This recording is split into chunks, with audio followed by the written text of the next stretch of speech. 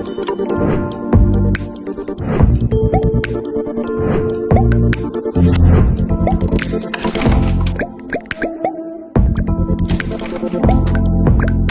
In Mentorando com Elas. Começa aqui mais um Pod In Mentorando com Elas, essa ferramenta que foi inspirada em você, mulher que empreende, que sabe que o empreender feminino tem aí seus desafios e tem muita coisa gostosa também para viver. Eu sou Carla Lobato, Master Business Coach Sistêmico e sou uma das facilitadoras desse episódio. Olá, isso mesmo, Carla. Eu sou Edneia Rauta, sou jornalista, assessora de comunicação. Estamos trazendo mais uma mentoria para vocês que querem empreender, né? Sobre essa vida de empreendedora, empresária, enfim. Hoje temos a honra de ter aqui com a gente uma querida, uma jornalista também, a Cleusi Soares, que vai trazer um assunto bem pertinente para todas nós. Política para mulheres. Bem-vinda, Cleusi. Muito obrigado. É uma honra estar aqui com vocês. Nós também. Poder participar desse projeto tão lindo, que eu tenho certeza que vão render muitos frutos aí, trazer mulheres incríveis, né? Uhum. Então, me sinto honrada de estar aqui nessa manhã para a gente poder conversar. Uhum. A Cleusi, ela tem uma história de muitas conquistas, muito corre, como vocês vão olhar, olhem nas redes sociais dela. E eu conheci a Cleusi exatamente quando ela era coordenadora de políticas públicas para mulheres e ela desenvolveu inúmeros projetos importantes e interessantes. Na época, né, Cleusi, eu tinha um projeto, a gente fez uma campanha de entregar a absorvente para as pessoas e me disseram, para as mulheres, né? E me disseram, eu perguntei, quem procurar? Essa é a pessoa. Que sempre foi uma ponte de... Sabe que eu vejo você? Uma ponte de possibilidades para as mulheres. Ai, muito bom ouvir isso de ti, Carla. Sim, a gente se conheceu enquanto eu estava lá como coordenadora e eu digo que a minha história é isso, assim, eu nunca coloco como uma meritocracia, como uma questão de que, se fizer dessa forma que eu fiz, vai dar certo.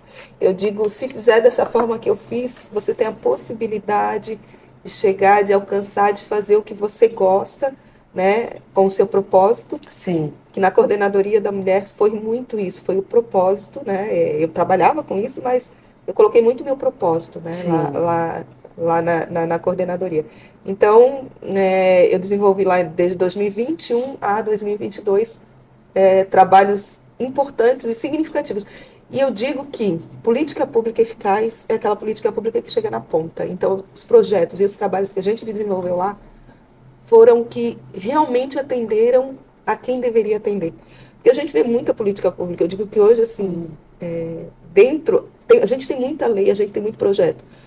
Se fossem executados como deveriam, a gente estaria avançado, já teria avançado mais. A gente precisa muito ainda, mas a gente já estaria mais avançado. Como é que a política caiu no teu colo? Porque é assim, sabe? Às vezes a gente vê as pessoas com sucesso das suas carreiras, ela deve ter pensado em fazer assim, daquele jeito, daquele outro jeito. Cai no colo, muitas vezes. Como caiu no seu colo? Então, é uma coisa... Quando a gente vai falar de política, eu digo que são assuntos arriscados para a gente conversar, né? Falar de política ninguém gosta, né? As pessoas acham... e realmente, a gente não pode culpar as pessoas, porque a política ela é feita de uma forma realmente para ser chata, para que as pessoas não queiram entender a política partidária. Mas eu vou dizer que a política foi assim, o dia que a minha mãe me teve na maternidade, Carlos Correia, eu já nasci fazendo política. Porque o fato da minha mãe poder... E aí eu preciso assim dizer por como eu cheguei aqui, né? Isso.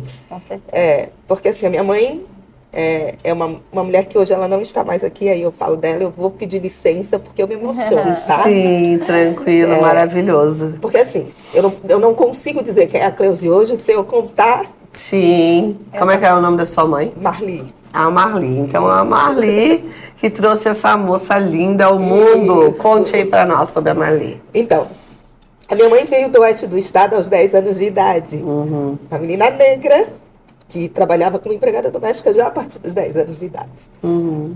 Então eu digo que a minha mãe foi o maior ensinamento político que eu tive. Porque ela, por muitas vezes, ela sentava comigo e dizia assim, olha, eu fui trabalhar numa casa onde elas disseram que eu não podia sentar na mesa para comer. Sim. Onde eu fui proibida de entrar em lugares porque eu era uma mulher negra. E a minha mãe nunca foi de movimento negro assim, né? Organizado. Sim. Mas dali ela já fazia. Ela foi uma política e tanto, porque ela me dizia que não era aquele futuro que ela queria para mim. Então, a partir disso, eu digo que o meu nascimento é um ato político, né? E as mulheres poderem maternar é um ato político. E aí eu sou de uma comunidade, né, que mora até hoje, né, nascida na Vila Aparecida, que é uma comunidade de periferia, que tem as mais diversas mazelas, né, possíveis. Então, a partir disso, por sobrevivência, claro que nem todo mundo tem isso, né? Mas eu sempre quis estar envolvida em projetos, eu sempre gostei, a minha mãe dizia, eu sempre gostei de ir para a escola, minha mãe assim, ela não deu trabalho, porque eu ia para a escola, meus irmãos fugiam, eu ia para a escola, Sim. E aí eu era líder da turma, eu era que liderava, então ali eu sempre estava fazendo política. Eu fui uma criança sempre muito envolvida nisso. Então, dentro da minha comunidade, a gente começou a ver algumas coisas que precisavam ser feitas e aí, olha, onde é que a gente pode ir fazer isso? Onde é que eu posso pedir para ter um posto de saúde melhor? Onde é que eu posso pedir? Está faltando médico, está faltando remédio. Então, eu sempre estive muito envolvida. Eu digo que eu sou chamada de professora sem ser professora, porque eu fui voluntária em vários programas, projetos, porque eu sou fruto de projetos também. Sim. Né? Então, eu devolvi, aí eu fui professora em projetos voluntários que atendem as crianças da vila. Então, eu digo assim, ó, o ato de eu levantar da cama foi político. Então, eu não me vi diferente. E a profissão também me levou, né? Eu também tenho, assim como a minha amiga Edneia, Sim. Eu fui assessora de comunicação. Eu trabalhei no governo do estado durante 7 anos. Então, ali, comecei a ter esse envolvimento político partidário. Entendendo como é que funcionava a questão das políticas mesmo, políticas públicas, como é que se faz para modificar. E aí foi onde eu estou aqui. Sim, uma coisa que poderia ser desmistificada, algo que a gente poderia desmistificar aí, é essa questão. O que é fazer política e o que é a política pública partidária. Eu vim do estado, Rio Grande do Sul, ele é muito político. Político de que forma? Que situação que nós temos aqui, vamos sentar nessa mesa e vamos tentar resolver da melhor forma. Isso é fazer política. Certo? Isso é falar sobre as mazelas, sobre o bem, sobre o que acontece, as vulnerabilidades dessa região ou dessas pessoas, e vamos ver algo que melhore a vida dessas pessoas. Isso é fazer política. Isso não depende de partido. E essa política está presente no dia a dia de todo mundo, né? No nosso dia a dia. Exatamente. Quando tu vai numa reunião da escola, tu está fazendo um ato político, porque tu está definindo a educação que tu quer para o teu filho. Né? Então, as nossas escolhas de produtos que a gente consome é um ato político. Porque tu pode escolher consumir uma empresa que é sustentável, tu pode escolher uma empresa que não tem trabalho. Tu está fazendo uma escolha política, né? Então as pessoas, e aí como eu digo, eu não coloco a culpa de quem não gosta, elas entendem de que só naquele período de campanha, naquele período eleitoral, é que se faz política. A política partidária também, e aí aí sim, é uma obrigação nossa. Sim. Eu votei em quem? Então eu preciso também saber quem que eu escolhi para poder cobrar. Por que na minha creche lá não tem período integral para as crianças? Por que as mães... Porque é uma função, gente. É uma função. Uma mãe tem que, né, Edneia? Tá com uma mãe, tu trabalha, tu vai sair ao meio-dia para pegar a criança porque o horário dela é só meio período. Então, creche integral, o fato de ter uma creche integral para o seu filho é um ato político. Então, nesse período fica mais massivo, né? Mas é isso, as nossas escolhas. E eu estava ouvindo, Ed, essa semana que eu falei lá em casa que nós íamos ter uma gravação do podcast com a Cleusi. E quando eu tive um problema com uma das nossas colaboradoras lá, que ela mora na Vila Aparecida, né? Sim. Eu tive um problema, a primeira pessoa que eu liguei não tinha nem intimidade, mas esse é meu jeitinho, né? A primeira pessoa que eu liguei para pedir uma ajuda foi para a Cleusi. E daí aquela moça tem aquele carinho por isso. Daí eu tava falando que a gente ia fazer esse podcast, ela disse assim, mas ela está sempre no posto de saúde, perguntando se está tudo bem, porque ela faz tratamento no posto de saúde, perguntando se está tudo bem, se ali está faltando alguma coisa. Então, eu acredito que essa tua vontade de ver a tua comunidade digna, com dignidade, foi aí que você começou a tratar cada vez mais a política, se preparar para essa política aí, com seriedade, com honestidade, com contribuição, porque é isso, né? É como eu digo, tu quer falar? Não, eu ia só reforçar que é uma questão de cidadania, né? Isso. Todo cidadão tem que exercer a sua política cobrando que seja feito algo para o bem. Eu votei naquela pessoa, eu quero saber se ela está trabalhando, quero acompanhar, quero ver. Isso é um ato de cidadania. E essas cobranças, elas podem ser talvez um trampolim, digamos assim, para almejar algo mais numa carreira política, né? Mas é bem importante a gente distinguir também uma carreira política, no meio político, e discutir política como cidadão, que é isso que a gente tem que fazer. Isso. Todo mundo tem que fazer, exercer essa cidadania, né? Sim. Eu digo, eu sou moradora e eu continuo lá. E tenho 2 filhos que estão crescendo lá. Então, eu digo que o ato político eu vou mexer na minha calçada. Eu consigo arrumar o meu entorno. Para isso, eu não sou 100% usuária do SUS, embora a minha comunidade seja 100% SUS, tipo, desde a porta de entrada até os serviços mais complexos que precisa. Então, é uma comunidade que realmente necessita desse tipo de atividade. Então, desde 2013, eu estou à frente, eu digo assim, porque falta sucessor, né?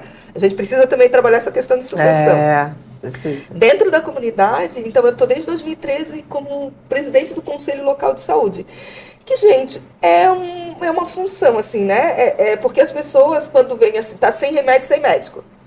Não surgiu do dia para a noite o remédio e o médico.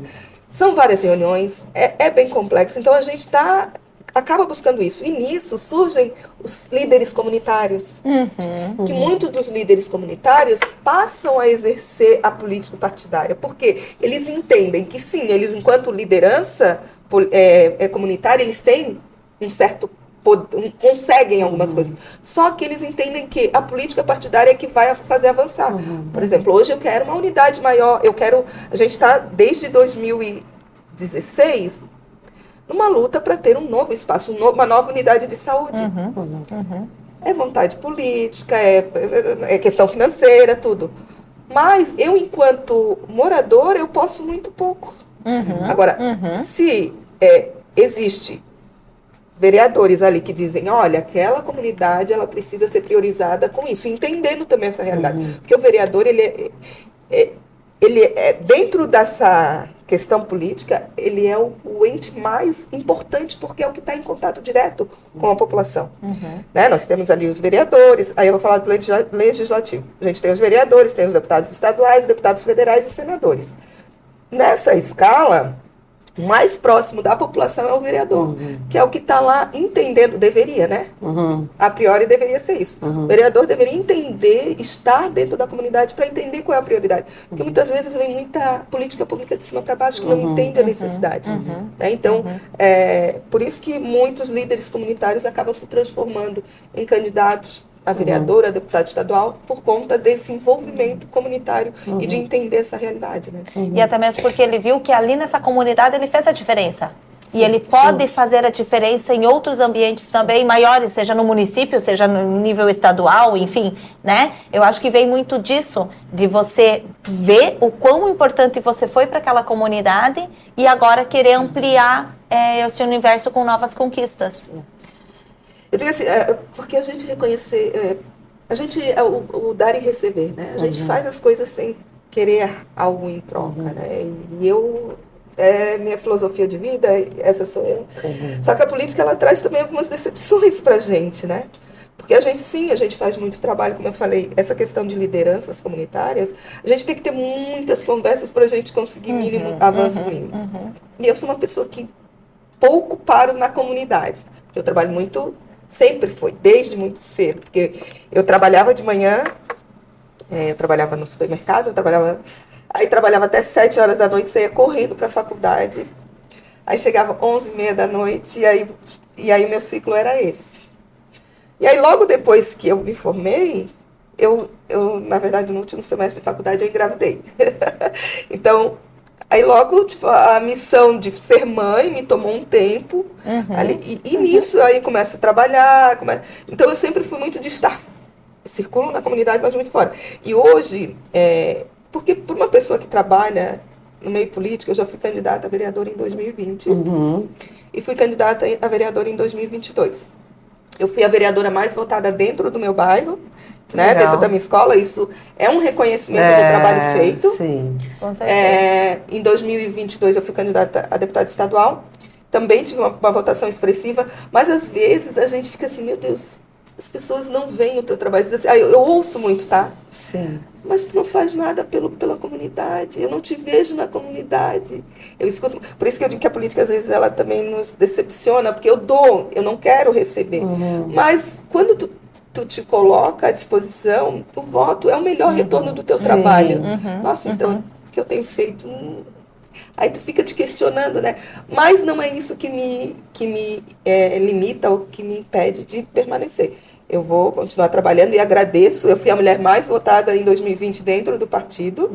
Então, assim, eu digo que esses títulos, esses marcadores, a gente enfatiza. É importante. Fui a mulher mais votada em 2020 dentro do meu partido e dentro do meu bairro. Então, sim, teve aí um reconhecimento. Eu acho que esse reconhecimento, né, do trabalho é bem importante para a gente manter. Vocês que são jornalistas, isso aí não tem a ver com o que você faz. Mas muitas vezes é como que se comunica o que se faz. Então, a gente trabalha muito bem quando a gente vai falar. Porque falar dos outros é mais fácil. Com certeza. Falar dos outros, por isso que a gente às vezes precisa de alguém para falar da gente. Isso. Né? Porque é muito tranquilo, né? Trabalhar como assessora, a gente tem toda ali uma técnica de como fazer para que esse nosso assessorado apareça, como fazer para que esse assessorado conte a sua história de uma forma que as pessoas entendam. E quando chega na nossa vez para fazer isso, a gente tem uma certa dificuldade, né? Até porque, assim, aí a gente fica, eu sou formada em comunicação, então eu posso fazer. Mas não, às vezes a gente precisa de um olhar do outro. É o caso de Ferreira Espedepal, né? Isso, Mas a gente vai, mas estou trabalhando nisso para, vou trazer esse olhar de fora. Tá bom. E a gente está também num momento delicado de falar de política, né? Dessas diferentes nuances que permeiam aí o meio, né, com algumas contaminações, enfim, mas cada vez mais as mulheres estão entrando efetivamente na política. Como que você vê isso, Cleuze? Então, ontem a gente até teve uma reunião muito linda de mulheres, assim. Eu vejo que ainda existe um estímulo maior, até por força de lei, porque, né, hoje o TRE determina que tenha 30% de mulheres participando dos partidos, do número de candidatos, né? Então, do número total, 30% tem que ser mulheres. E isso, então, obriga com que essas mulheres estejam participando de forma efetiva, porque também existe uma questão em relação às candidaturas laranjas, que não existe um preparo político, porque realmente não é estimulado as mulheres estarem lá. E aí, na hora de compor ali a nominata, pegam mulheres que vão, vamos chamar ela para... Eu disse que eu não queria isso, nunca quis. Vamos chamar uma mulher para compor.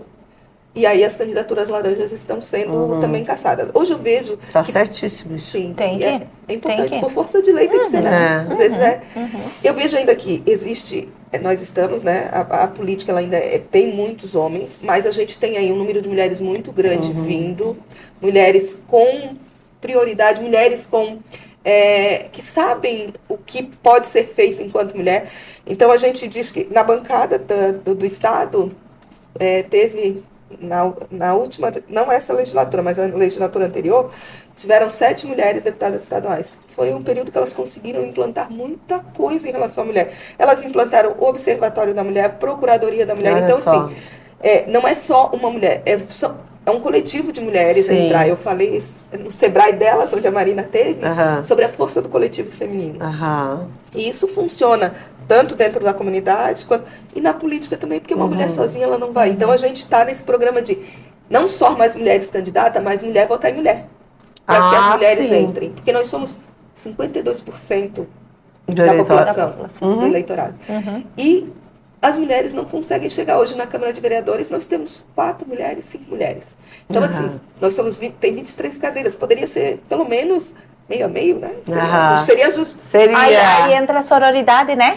Entra. De você ver e querer que aquela tua amiga, aquela tua parceira de algum momento da vida esteja aí à frente discutindo políticas e também reforçando o entendimento e as ações para as mulheres, né? Porque é um olhar para isso, né? Exatamente. E eu fico assim. A gente acabou de passar por uma Olimpíada, assim, quanto destaque que essas mulheres tiveram, o quão a gente despacito, de passinho cada vez, mas às vezes em alguns setores uns passos largos. E como se falou em sororidade nessa Olimpíada, tu falou sobre sororidade, como se falou sobre sororidade na Olimpíada, de uma forma madura, né? Aquela menina lá, a Rebeca, de uma forma madura, ela quer ganhar, ela quer vencer, né? Não vai deixar de aplaudir, né? Foi reverenciada no final, né? Essa imagem, assim, eu chego a me arrepiar, é tão importante que você que tenha filhas em casa, você que tem irmã, tem mãe, traga isso, converse nas mesas, né, sobre isso, porque valorize cada vez mais a mulher. Porque a mulher tem diferentes papéis, né?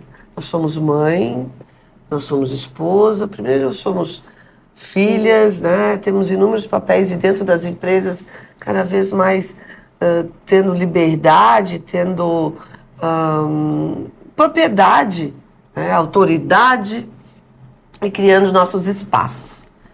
Mas o que mais, assim, que você que olha lá aquelas meninas, né, da inovação, tecnologia, que você é da tecnologia também, que mais onde tu vê mais essas mulheres? De que forma elas podem contribuir cada vez mais para que tenhamos uma sociedade mais equilibrada?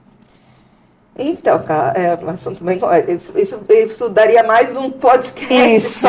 Isso daria. Mas vamos tentar resumir aqui. Eu digo que eu fui coordenadora de políticas públicas para as mulheres aqui em Florianópolis, né? No período em que estive, a gente conseguiu, depois de 11 anos, atualizar o Plano Municipal de Políticas Públicas para as Mulheres, que foi trazer, é um documento norteador das ações que a Prefeitura tem para desenvolver para as mulheres. Na área da saúde, na área da educação, na área de acesso ao mercado de trabalho, né, as mulheres com deficiência, né? Então, a gente tem todos esses recortes dentro desse plano. A gente também teve um programa que foi o programa Dignidade Íntima, que é distribuir nas escolas. Mais de 10 mil alunas da rede municipal passaram a receber absorventes de forma gratuita, que as pessoas... E aí, onde é que eu vou entrar nisso? Tá. Porque para muita gente, quando o programa foi lançado, mas para que isso? É porque o primeiro precisa conhecer a realidade, porque a gente está em Florianópolis, muitas pessoas acham que Florianópolis é uma cidade que não existe essa desigualdade. Todo mundo acha que Florianópolis é uma cidade rica. Sim, nós temos, a nossa renda per capita é uma das maiores, nosso IDH é um dos maiores, nós temos aí um grau de alfabetização, mas nós também temos os outros extremos. Nós temos famílias que passam fome, sim. Nós temos famílias que passam fome.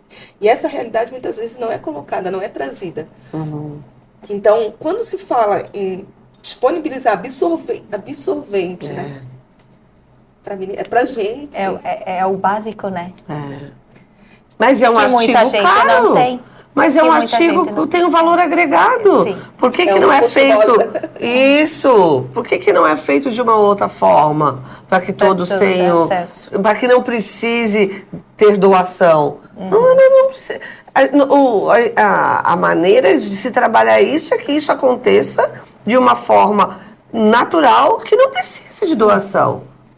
Ninguém quer receber uma doação de um absorvente. Isso. Ela quer ter o poder de ali De ter o seu próprio absorvente. É igual com a cesta básica, né? Por favor. Exatamente. As pessoas têm que ter o É direito, necessidade por favor. básica, né? Por É básico. favor, Tem o né? direito de escolher. É. Mas a gente ainda está bem longe para isso acontecer. Infelizmente, a gente ainda, eu digo que a gente ainda precisa da política assistencial, né? A gente ainda precisa. Não deve ser só, né? Porque a gente tem que preparar. Aí onde entra essa questão dessas meninas. Porque é difícil para uma menina que Sim. não tem um absorvente para ir para a escola vislumbrar um espaço de tecnologia. Que ele é um espaço fechado, ele é uma bolha. Sim. Ele é... Então, para uma menina que não tem um absorvente em casa, se ela não tem um absorvente, ela não tem todas as outras coisas, né? Porque aí a vulnerabilidade econômica, aí tem, Sim. não é só vulnerabilidade econômica, é vulnerabilidade emocional. Então, são vários fatores. E aí, nisso, a gente tem essas questões. Quando eu fui assessora de igualdade racial, também aqui em Florianópolis, eu também digo que eu falei, é tudo desafio, assim, sabe? Porque eu estou numa cidade do sul do estado e muitas vezes as pessoas não gostam de ouvir, mas Santa Catarina é o estado mais racista do Brasil. Nós tivemos agora o anuário de violência que foi publicado agora, que Santa Catarina, o de 2022, Santa Catarina era o segundo, perdia para Distrito Federal. Agora, É o Santa primeiro. Catarina está em primeiro Putz, de injúrias raciais. E nós temos o maior número de células neonazistas. Então, pensa para uma mulher negra. Primeiro, eu já quero dizer para vocês assim, quando eu fui coordenadora, as mulheres não me viam como a representante das mulheres. A sororidade, ela é bonita no papel, mas eu digo assim que eu sofro porque muitas dessas mulheres que falam que eu chamei para reuniões, elas nunca foram. Porque elas não me viam como essa representante. E eu cheguei a ouvir de algumas mulheres, quando eu fui para a assessoria da igualdade racial, agora tu tá no lugar certo, né? É bem... doído, né? É sofrido. Desculpa. É bem doído. Peço desculpa. Peço desculpa essa fala e todas as outras que você já ouviu. E sobre sororidade, ela hoje, para mim, é um grãozinho. A sementinha dela é menor que um grão de areia. E ela precisa de ser disseminada, ela precisa aparecer, porque... esse tipo de fala, ele não cabe mais no mundo de hoje. É um trabalho muito esforçado, muito esforço. Aí, nessa de onde as oportunidades entram, né? Nesse de, tu tá no lugar certo, é a questão de que as pessoas não nos veem como representantes. As Olimpíadas, as medalhas de ouro vieram com mulheres negras. Isso. E se fala marco, quando se fala marco, eu fui a mais votada, quando se fala é uma mulher negra que está ganhando, é para reforçar, porque se a gente for ver, a ginástica artística foi a que trouxe, a Rebeca trouxe mais medalhas. Então, até 92, eu sou de uma geração que eu não pude sonhar em ser uma ginasta. Porque eu sou de uma geração que em 92 não se permitia meninas negras participarem. E as pessoas dizem, mas a escravidão aconteceu lá atrás, é muito mimimi, é muito não sei o quê, mas as oportunidades não são dadas. E olha que quando deu oportunidade, a gente teve aí um pódio negro. Sim. Mulheres negras. As três, né? As três. Então, foi lindo. O que a gente precisa? A gente precisa primeiro mostrar essa possibilidade. Eu preciso sentir, eu preciso me ver representada. Por isso que a gente fala, tem que ter mulheres na política, tem que ter mulheres negras na política, porque para eu encorajar outras a estarem. E as meninas, é isso. Poxa, até 92, gente, eu fiquei assustada. Eu assisti o documentário da Simone Biles, né? Então, isso me bateu tão forte, porque eu sou de uma geração que a minha mãe não nem imaginava. Hoje a minha filha faz. A Olimpíada, claro, trouxe mais isso, mas ela já queria, 2 anos atrás ela já queria. E hoje eu posso, olha, se a minha filha quiser ser uma ginasta, ela pode, só que assim, a minha mãe lá atrás nunca pôde imaginar isso. Então, dentro da tecnologia é isso também. Eu participo de diversos programas, né? E aí aqui eu quero deixar um beijo para minha amiga Tatiane Takimoto, que é da Corale, que é uma parceiraça nesse sentido, que eu sou cofundadora do Morro do Silício. Sim. Que a gente está em Florianópolis, que é a Ilha do Silício. Sim, a Marina falou sobre isso. Né? Só que esses territórios de tecnologia estão de costas para esses morros. A CAT é uma, né? A gente sempre cita que a CAT está de costas para o morro e se aqueles jovens quiserem acessar aquilo lá, eles têm que dar a volta. Então, junto com o fundador, que era o Douglas, né, que já não está mais conosco, e outras 2 mulheres, a gente fundou o movimento Morro do Silício. Que é isso? Que é mostrar esse ambiente de tecnologia para esses jovens e também mostrar para esse ambiente de tecnologia que existem esses jovens. Né? É um trabalho ainda que a gente entende, tem muitos movimentos que acontecem, que estão trazendo isso, né? Muitas meninas da tecnologia, mas a gente está nesse processo a gente tem que ter referencial. A gente precisa dar referencial e mostrar as possibilidades, porque senão não tem como eu tirar para uma menina chegar lá na comunidade e dizer, olha, tu pode ser uma programadora se ela nem sabe o que é, se ela nunca nem viu. Sim, com certeza. E é o fazer política, né? Voltando ao nosso assunto central aqui. Sim. Tudo gira. É o fazer política ali formando um grupo, dando oportunidades para outras pessoas terem acesso, né? À tecnologia, terem acesso a esse desenvolvimento profissional que pode vir a ser um futuro, uma futura profissão, enfim. Cleusi, a gente falou ali das mulheres na política, eu só quero trazer um dado interessante aqui, que hoje a gente está vendo aí as eleições, né, dos Estados Unidos, na qual tem uma candidata mulher a presidente, e aqui no Brasil, a Justiça Eleitoral recebeu mais de 149 mil pedidos de registro de candidaturas femininas. A gente falou ali do número, né, de mulheres crescendo, isso é 33,9%. Então, existe esse movimento de mulheres ingressarem na política, de estarem não só fazendo política como cidadã, como a gente já falou aqui, mas efetivamente estarem à frente numa carreira política. Quais seriam as dicas que você daria, assim, os primeiros passos para quem quer ser seguir essa carreira política? Procurar um partido? Como que funciona? Primeiro, trabalhar muito a saúde mental, né? A gente precisa estar preparado. Eu vou fazer só a gente tem aí um número crescente de candidatas, mas mulheres eleitas a gente não tem ainda. A gente precisa... Tem em função dessa obrigatoriedade também de 30% dos...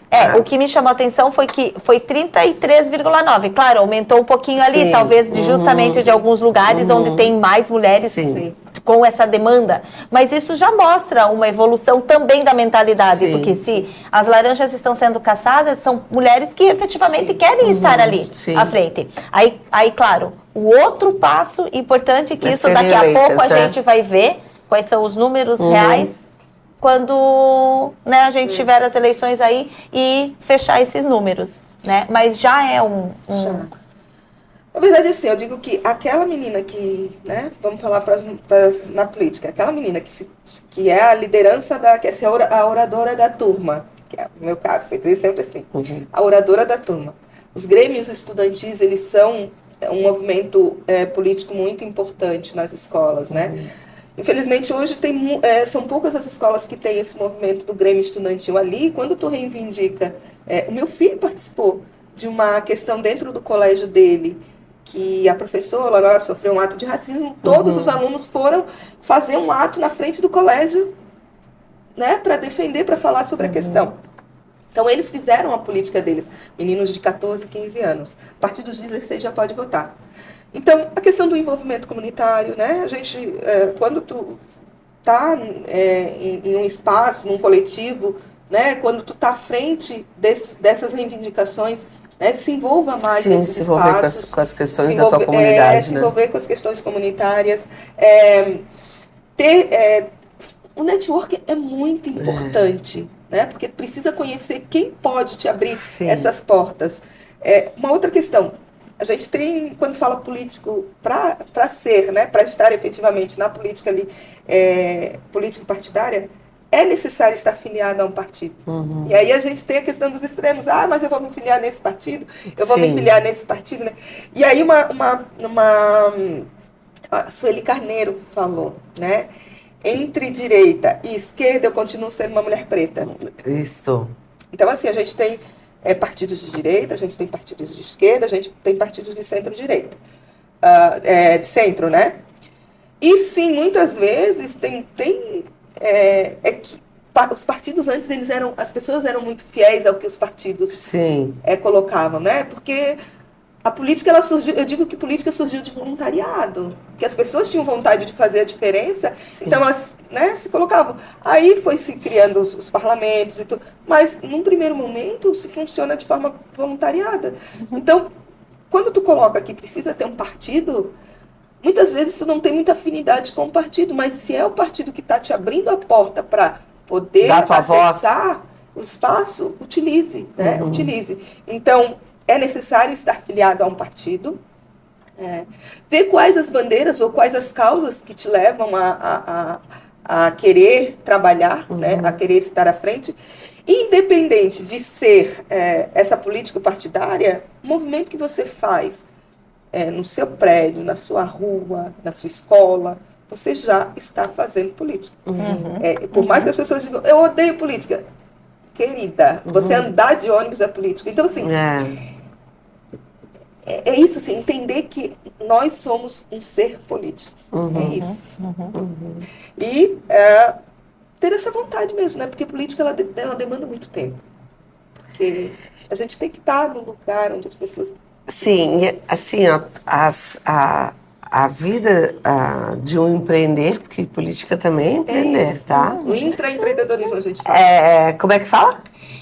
Dentro de instituições, né, públicas, é um intraempreendedorismo, porque a gente empreende na política, porque a gente traz coisas inovadoras, a gente está vendendo algo, a gente está mostrando o nosso trabalho de alguma forma. E toda a história, todo o empreender individual de cada um, ele é construído. Você constrói a tua história pessoal e dentro da tua pessoal tu vai montando, vai construindo a tua história profissional de empreender ou não, mas até dentro das empresas você faz o empreendedorismo, é isso, você faz.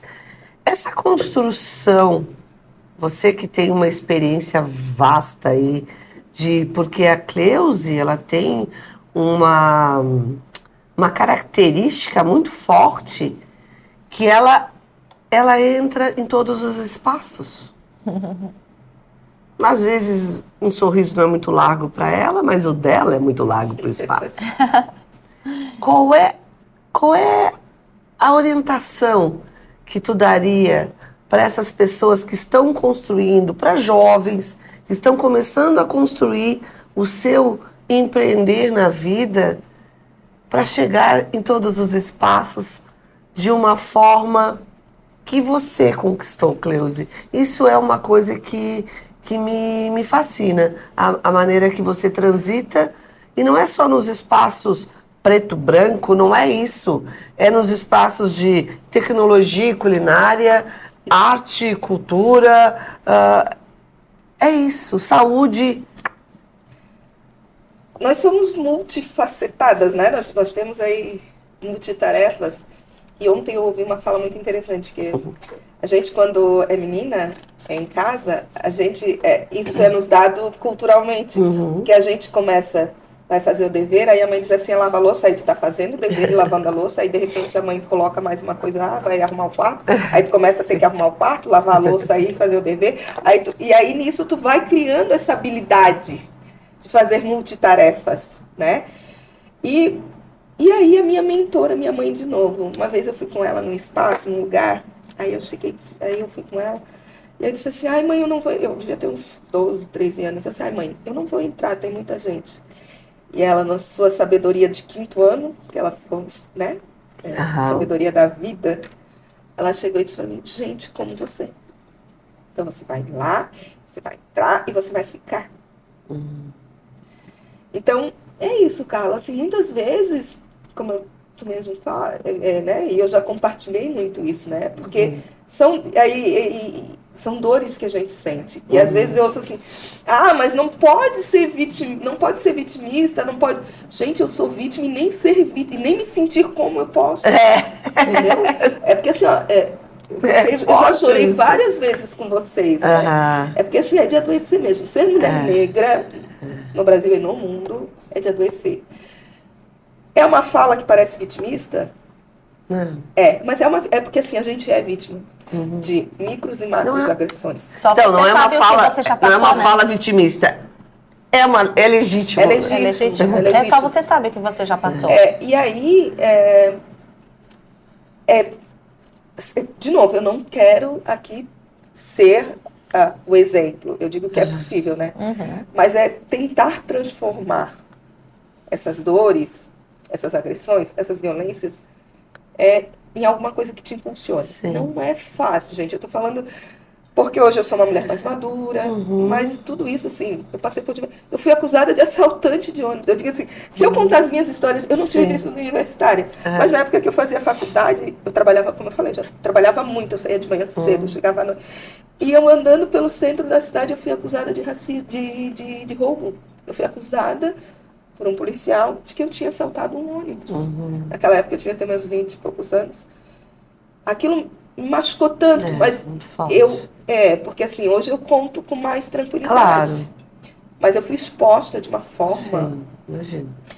Que aí eu ficava pensando, e é isso que às vezes eu penso quando isso acontece. Se acontece com alguém que... Eu trabalhava cedo, eu saía cedo para trabalhar. Eu era a tal da cidadã de bem, né? Como assim ia acontecer isso com uma cidadã de bem? Eu trabalho, saía cedo, saía correndo do trabalho. Às vezes eu passava uma noite, porque eu trabalhava, saía às 7 horas, eu pagava a minha faculdade.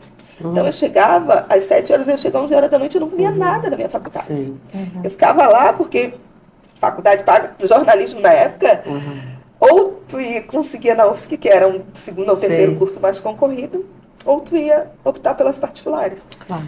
E aí minha mãe, de novo, eu digo que a minha história não é sem ela. Ela assim, quando eu optei por fazer jornalismo, que era paga, ela assim, pode ir, vai que eu vou te ajudar. Só que ainda assim era muito caro, muito custoso. Eu pagava ônibus, então eu passava praticamente uma noite inteira sem comer. E aí, chegar um policial do nada e dizer, tu roubou, eu vou ter que esperar uma vítima. Eu tive que esperar uma vítima vir. E reconhecer que não era você. No meio do centro. E eles dizerem, e eu ainda corri o risco, se a vítima me reconhecesse, porque a gente tem muitas prisões. Claro, tem. Ela... Sim. Eu poderia ser presa e ter que... E aí sim, um trauma maior. Então aí eu já emendo essa coisa de o porquê. E aí eu vou falar de uma questão de mãe, né? Que é uma coisa que eu gosto muito de falar, porque é uma forma de sensibilizar também as mulheres que querem ser aliadas. Isso aí, deixa o teu recado, vai. Entendam. Quando a gente fala que a gente não pode ficar no feminismo branco das mulheres brancas. E quando eu falo mulher branca, eu não estou acusando, eu não quero ser grosseira, eu não quero... Porque precisa entender que as dores das mulheres negras, elas são... Não tem como comparar a dor maior ou dor menor, né? Mas eu digo que, Carla, quando o teu filho sai de casa, né, um homem branco, ele vai sair, tem medo da violência urbana, mas, né, o meu medo é da proteção do Estado. Sim. Eu não deixo meu filho andar sozinho na rua. Porque é um menino que é cabeludo, 18 anos, e eu não quero esse trauma que eu tive de ser abordada. Porque isso, o que aconteceu? Eu fui abordada no meio do centro. E eu sou uma mulher, então a abordagem é diferenciada. Só que ele é um menino de comunidade. Claro. Tratado com todo amor e carinho. Pra vocês saberem, eu nunca bati no meu filho. Não, ele vai dizer que eu já dei um cascuço de Mas assim, ó, nunca foi, a gente... Não é a questão da comunicação não violenta funciona muito bem lá em casa. E aí, pensar que o teu filho tá andando na rua e ser abordado. E ser agredido. E ele vai carregar aquele trauma pro resto da vida. Então, entendam, mulheres, quando a gente fala que a gente, enquanto mulher negra, precisa ter esse olhar de que há cotas, há acesso, há representatividade, a gente precisa que vocês sejam nossas aliadas. Por isso que eu acesso muito a esses espaços, exatamente isso, para convidar os aliados na luta antirracista. Né? Porque aqui em Florianópolis, a gente lançou o programa Floripa Antirracista, com esse propósito de trabalhar com aliados, porque eu sozinha, o racismo não foi criado pelos negros. Sim. Então não somos nós que vamos combater. Claro. A gente precisa que os aliados estejam com a gente. Então, essa dor de mãe que eu sinto, eu queria muito deixar de sentir. Hoje ele é um menino de 18 anos.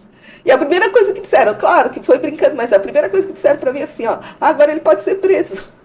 Olha só. Olha só. E você está aqui como nossa convidada, de uma das mentoras para essa ferramenta que é o podcast. Desculpa que eu fiz uma sala de... Imagina! Porque nós somos a sua aliada, com certeza. Nós participamos de um núcleo que tem muitas mulheres negras, se você ver. Tem muitas pretas lá. E elas são todas bem-vindas, porque todas as mulheres são bem-vindas dentro da sua competência, do seu campo de atuação. Mas você pode estar se perguntando aí do outro lado, por que política, o que isso tem a ver com empreender? Tem a ver nas duas vias, a que vai e a que volta. Você faz política dentro da sua empresa, você faz política no seu bairro e você vai votar, você vai fazer parte, você tá lá, o voto é obrigatório. Pense sobre isso, por isso que a gente quis trazer essa questão de fazer você pensar e olhar dessa forma. Eu te agradeço imensamente a tua participação. Obrigada. Sou sua fã, a 00001, estou eu ali na fila. Muito obrigada. Carla, só... Fala. O político, né, do empreender. É porque assim, ó, as mulheres são as maiores empreendedoras e são as que têm menos acesso a crédito. Então, as que têm maiores dificuldades de abertura. Então, assim, político também influencia na questão do Com certeza. Então, é isso e por isso que a gente está trazendo essas mentorias de forma gratuita, digital, para que elas consigam ter informação. Porque informação e conhecimento muda a tua vida. Exatamente. Obrigada, Cleusi, pela tua participação, né? Por tanto conhecimento que transbordou aqui e essa emoção, né, que veio à tona. Mas política, sim, é um assunto para ser tratado, assim como disciplina, assim como CNPJ, assim como outros assuntos que a gente vai tratar aqui nesse podcast. E convidamos vocês a continuarem nos acompanhando, prestigiando, ouvindo as nossas mulheres maravilhosas que vêm aqui dar essa mentoria, porque é um conteúdo importante que tem que ser debatido. Então, para encerrar hoje, eu gostaria de agradecer aqui as nossas parceiras, né? A Jana Vieira, Personal Beauty, e a Estúdio Hair da Cris. Muito obrigada, meninas, pela parceria, pela aliança.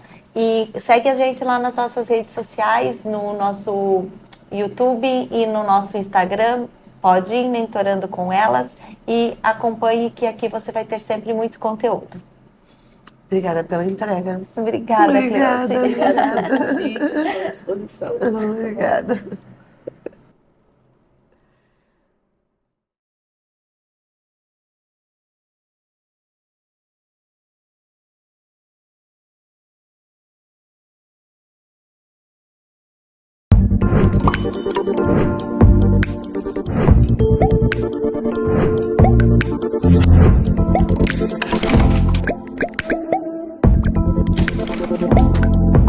Pode ir mentorando com elas.